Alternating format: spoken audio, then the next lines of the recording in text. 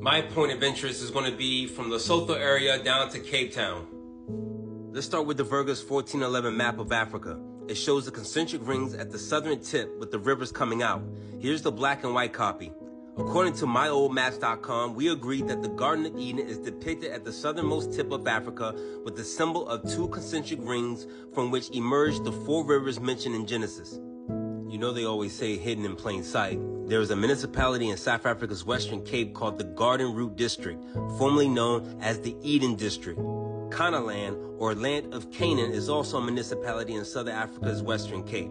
They even use the Paleo-Hebrew Aleph symbol for the K. Since human life started in Africa, if this is where Adam and Eve were expelled from, not too far away would be Mount Hermon, the mountain where the fallen angels made an oath to take wives out of the daughters of men. Mount Hermon? If this is the believed location of Garden Eden, wouldn't it make sense that Mount Hermon would be right here?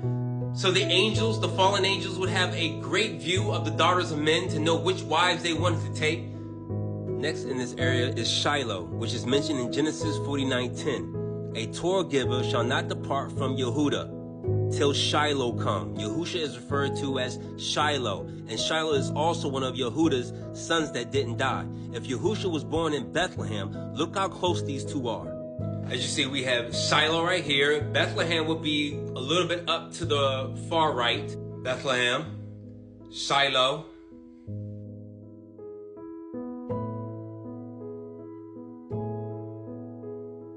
Here we have the Meseru Giants Castle.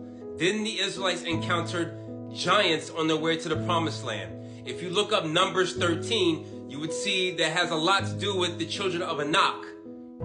They even used to have a rugby team out of Meseru called the Giants. But Yahusha, Joshua, had to go to war with the Giants or the Anakim in Hebron, so it should be close by.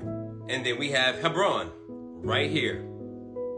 But in the West Bank, Hebron isn't a mountain mentioned multiple times in scripture. It's a hill and a mountain ridge at the same time. I don't know how that's possible.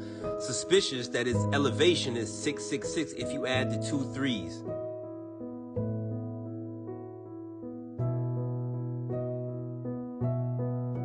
We have Mount Moriah.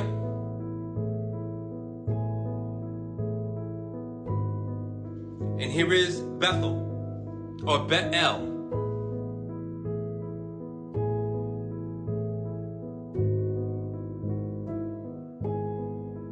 The reason why I picked those verses is because they kind of cross-check themselves as far as the locations being really close to each other when Joshua or Yahusha was on his way down to the Promised Land to expel the Canaanites and all the other kings that are mentioned in Scripture that were rooted out or kicked out of the land.